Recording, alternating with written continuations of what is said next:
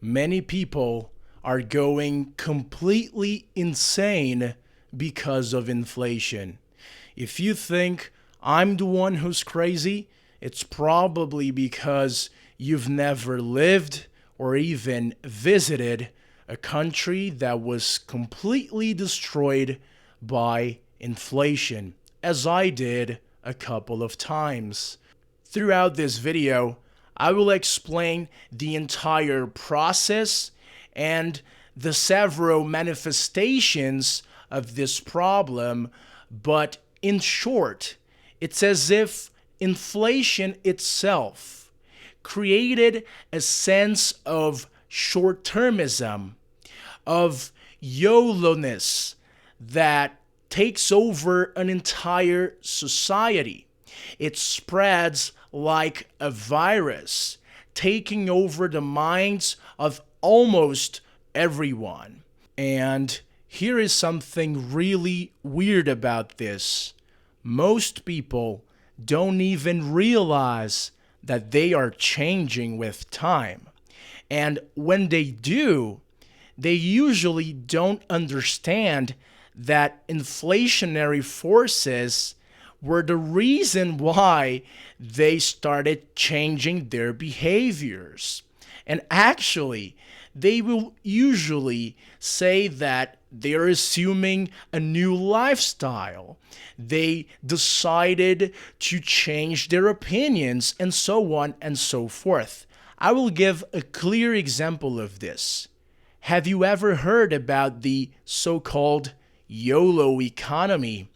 Well, back in April, the New York Times published an article talking about this Yolo economy. The article talks about several millennials and young people in general that were simply giving up on their careers to start a business, to travel somewhere in the world, and basically just risk. The author talks about how one of the main reasons was the pandemic, and in a way, he's right about that. But he missed one of the most important explanations, which is inflation. Let's say that once a week you go to the supermarket to buy all the foods your family needs. Well, if you're living in a country with very high inflation, if you are a little bit smart, and most people are, well, you're probably going to try to buy as much food as possible right at that moment. Why? That's quite simple. Next week, a gallon of milk could double in price. So you don't want to risk that, right? You want to buy right now. Your money is losing its value, so you have to think rationally, and doing so, well, you're going to spend as much as possible in food at that moment. However, it doesn't stop in the supermarket. That trend goes to the entire economy in general. Let's say that you were saving up money to go to a trip to Israel or Europe, but then inflation starts rising, and as an intelligent person, you anticipate that within 3 months, even if you work twice as much, you will probably not have enough money to actually go to Israel or Europe. So, anticipating that, you may choose to use the money you have right now and choose a different destination that is closer to your hometown. So that's where things start moving towards. Buy now, travel now, enjoy now. In other words, you see hedonism, the seeking of pleasure at this very moment, exactly because you're not sure if the future is going to be way worse than right now.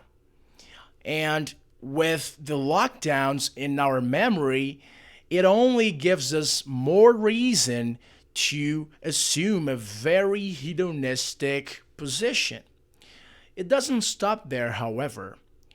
When we think about our careers, our wealth as a whole, things get even worse. Here's why. For the majority of people, investing is not really something they spent a lot of time studying, considering the options, and rather, many people keep most of their wealth in a savings account. So, because they can't actually work against this inflation in their investments, in terms of what they own, well, many of them will see a very bleak future. If they are a little bit older, thinking about retirement or already retired, well, the future starts looking very dire. You don't know if you're going to have enough money to be able to survive. So, unfortunately, despair starts getting hold of many people. But even when we analyze those that are younger, with their wages not providing the value you need in the supermarket to buy enough food, well, people start thinking that the future itself not only is uncertain, but most likely will be way worse than the present and certainly the past. So there will be a sense of not having much hope. But not only that, a certain sense of resentment. And as a consequence, a desire to find maybe a scapegoat or the ones that were responsible for creating the economic catastrophe that is impacting the lives of an entire society. That's when we start seeing some very dangerous and sad things. And in the effort of finding those that are responsible, well, you start getting a pretext for several violent actions, both in terms of the society as a whole. So, for example, justifying a war, justifying terrible actions that a state will do against a minority, against another state. But not only that, especially in a state that is falling apart, for example, Venezuela as of right now, well, people start thinking, I'm in a terrible position. I'm starving. My family is starving. That's not fair. I don't care if someone else is going to have to deal with maybe a gunshot wound or at least losing part of their money, losing part of their wealth. Well, I'm also in a terrible position. I don't care. I don't care about the future. If I do get arrested, well, so be it. I'm not really concerned. The future itself is going to be terrible. What's the difference between being in jail or starving to death in the middle of the street? So more and more, short-termism being applied to a mindset of resentment, of hatred, well, things start getting really complicated. You see violence in the streets. You see the state itself justifying violent and authoritarian actions against certain citizens or even other states, as we discussed.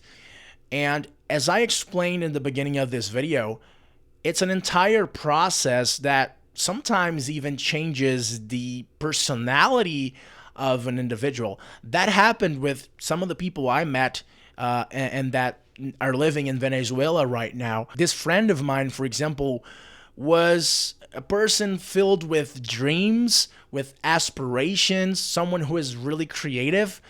But then when I met him almost 10 years later, he was very dull. He was very pessimistic. He didn't believe that he could do anything. I told him, hey, why won't you go to a different country? You could restart your life. You could just do everything different. Why be so, angry with yourself, with the situation you're in? And he told me, well, I don't believe in anything anymore. Here is something else I noticed when I was in Venezuela and other countries that went through a similar experience. I noticed that some of the products that were promoted both in the supermarket or even in the internet were somehow dishonestly promoted. What I mean by that is that the quality that I expected was much higher than what I received. So some of the locals explained a little bit to me. They told me that because of inflation, many entrepreneurs feel compelled to use terrible materials and just the manufacturing itself, it's not good. But they do that to try to keep a reasonable price. So I don't blame them, but I still blame them in a certain way because, well, that's a little bit dishonest. So when I talked to some of my friends, to some of the colleagues that told me about their experiences there, they told me that lying in itself seems to be more common, not only in the supermarket with products that were promoted as something they were not, but even in daily lives, in your relationships. That's what he told me. The entire society starts being affected by this mentality of, I need to give the impression that I'm offering a lot more than I actually am, precisely because I can't just be completely transparent. If I do that, I'm not going to be able to sell. I'm not going to be able to get the job I need. So dissimulation, lying in itself, seems to be a reality very prevalent in these terrible scenarios of inflation, hyperinflation, and so on and so forth. And although the West itself, as of right now, is not officially in a situation like that, I see that the psychological effects are already manifesting. At least the first stage, of course, but even the second, right? Some people are already very resented. They are already looking for scapegoats and so on and so forth. So it's a dangerous situation. I hope the whole world will be able to deal with these trends. I don't think we should disregard the possibility of hyperinflation, of dealing with this problem for several months or even years. Because when we take a look at the past and realize what hyperinflation did not only to Weimar Republic, but several different countries that went through some terrible, some experiences that took the lives of millions and millions of people, well, we don't want to go through the same stuff again, right? Let's avoid that at all costs. Let's all have some peace, because an inflation could unfortunately take us to that hellhole. So I hope our leaders are able to, keep us away from that hole. But unfortunately, it doesn't seem like they are doing a good job. In any case, feel free to subscribe, and I see you in the next one.